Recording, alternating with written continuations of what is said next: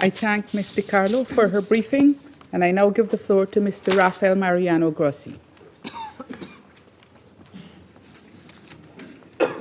Thank you very much, Madam President, dear Secretary General, dear Madam Under Secretary General, dear friends. Attacks on nuclear sites in the Islamic Republic of Iran have caused a sharp degradation in nuclear safety and security in Iran. Though they have not so far led to a radiological release affecting the public, there is a danger this could occur. The IAEA has been monitoring closely the situation at Iran's nuclear sites since Israel began its attacks a week ago. As part of its mission, the IAEA is the global nerve center for information on nuclear and radiological safety, and we can respond to any nuclear or radiological emergency.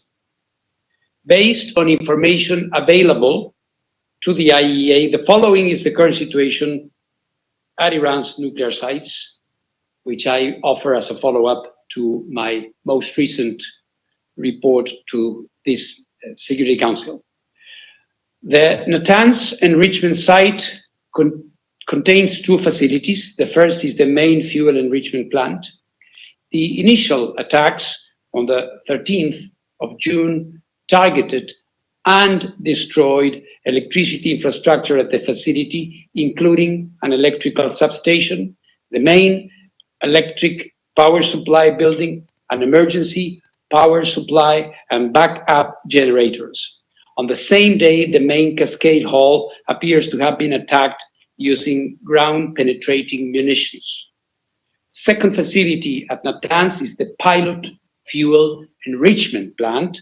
It consists of above-ground and underground cascade halls. On the 13th of June, the above-ground part was functionally destroyed, and the strikes on the underground cascade halls were seriously damaging. The level of radioactivity outside the Natanz site has remained unchanged and at normal levels, indicating no external radiological impact on the population or the environment there. However, within the Natanz facility, there is both radiological and chemical contamination. It is possible that uranium isotopes contained in uranium hexafluoride, uranyl fluoride, and hydrogen fluoride are dispersed inside the facility. The radiation, primarily consisting of alpha particles, poses a significant danger if inhaled or digested. This risk can be effectively managed with appropriate protective measures, such as using respiratory devices. The main concern inside the facility is chemical toxicity. Fordow is Iran's main enrichment location for enriching uranium at 60%. The agency is not aware of any damage at Fordow at this time.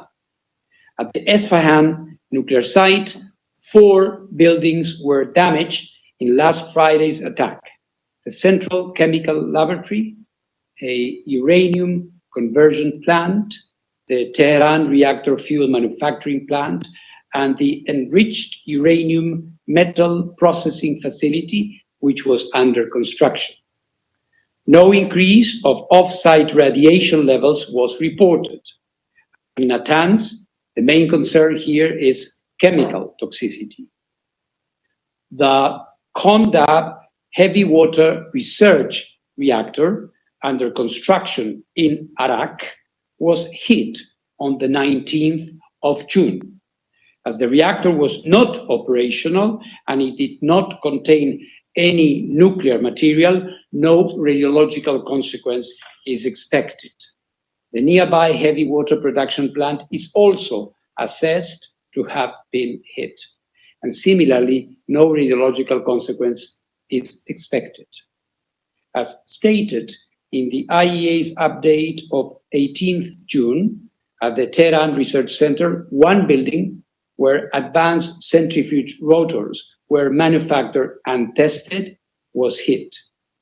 At the Karaj workshop, 2 buildings where different centrifuge components were manufactured were destroyed.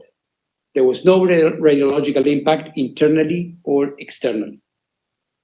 Let me now refer to the Bushehr nuclear power plant. This is the nuclear site in Iran where the consequences of an attack could be most serious. It is an operating nuclear power plant, and as such, it hosts thousands of kilograms of nuclear material.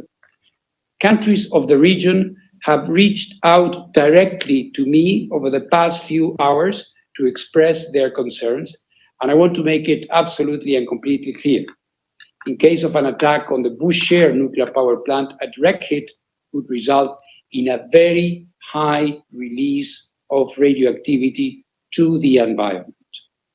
Similarly, a hit that disabled the only two lines supplying electrical power to the plant could cause its reactor's core to melt, which could result in a high release of radioactivity to the environment.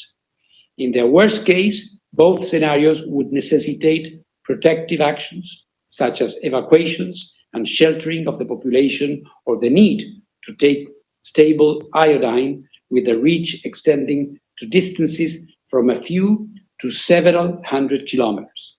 Radiation monitoring would need to cover distances of several hundred kilometers, and food restrictions may need to be implemented. Any action against the Tehran nuclear research reactor could also have severe consequences, potentially for large areas of the city of Tehran and its inhabitants. In such a case, protective actions would need to be taken.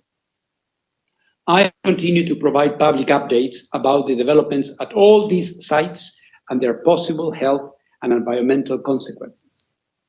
The agency is, as Madam Undersecretary have kindly reminded, is and will remain present in Iran, and inspections there will resume as required by Iran's safeguards obligations under its NPT safeguards agreement as soon as safety and security conditions allow. In this context, let me restate that the safety of our inspectors is of utmost importance. The host country has a responsibility in this regard, and we expect every effort to be made to ensure that their security and their communication lines with the IAEA headquarters will be maintained. As stated in my most recent report to the agency's Board of Governors, and based on inspections conducted at the relevant facilities since then, Iran's uranium stockpiles remain under safeguards in accordance with Iran's comprehensive safeguards agreement.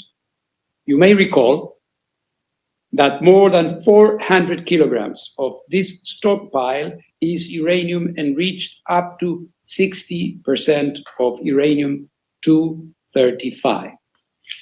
It is essential that the agency resumes inspections as soon as possible to provide credible assurances that none of it has been diverted. Importantly, any special measures by Iran to protect its nuclear material and equipment must be done in accordance with Iran's safeguards obligation and the agency. Therefore, it is of paramount importance that the agency's inspectors are allowed to verify that all relevant materials, especially those enriched to 60%, are accounted for. Beyond the potential radiological risks, attacks on such materials would make this effort, of course, more difficult.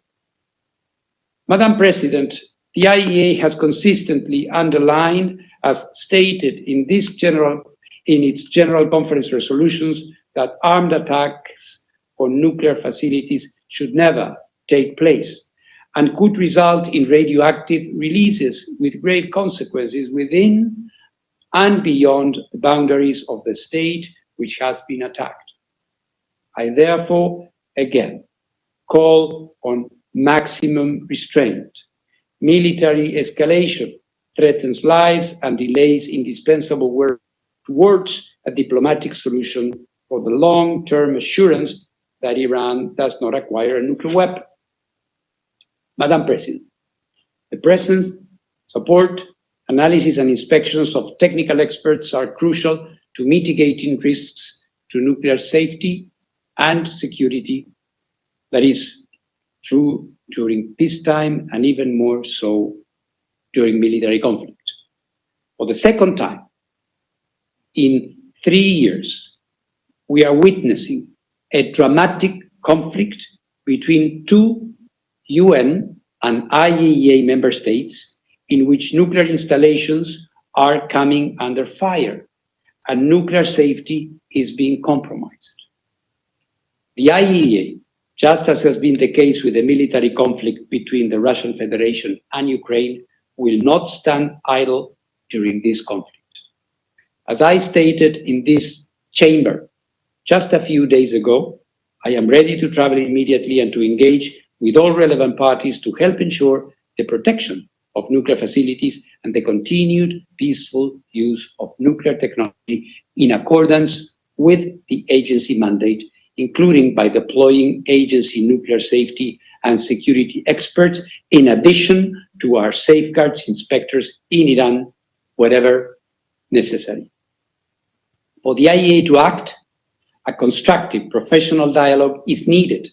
I urge the members of this council to support us in making it happen sooner rather than later.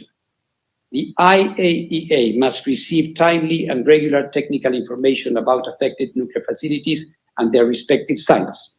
I urge in this regard the Iranian regulatory authorities to continue a constructive dialogue with the IAEA Incident and Emergency Center, which has been operating 24/7 since the beginning of this conflict. Nuclear facilities and material must not be shrouded by the fog of war. Yesterday, there was an incorrect statement to the media by an Israeli military official that the Bushehr nuclear power plant had been attacked.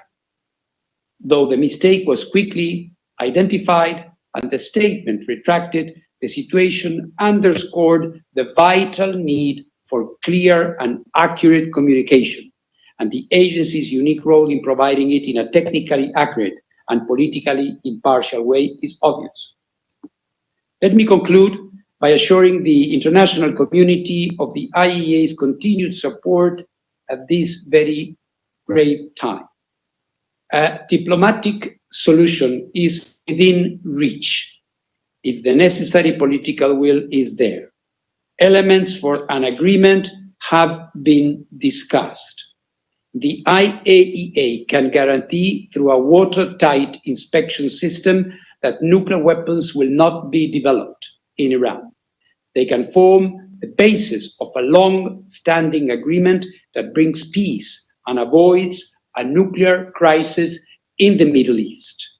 This opportunity should not be missed. The alternative would be a protracted conflict and a looming threat of nuclear proliferation that, while emanating from the Middle East, would effectively erode the NPT and the non-proliferation regime as a whole. Thank you very much.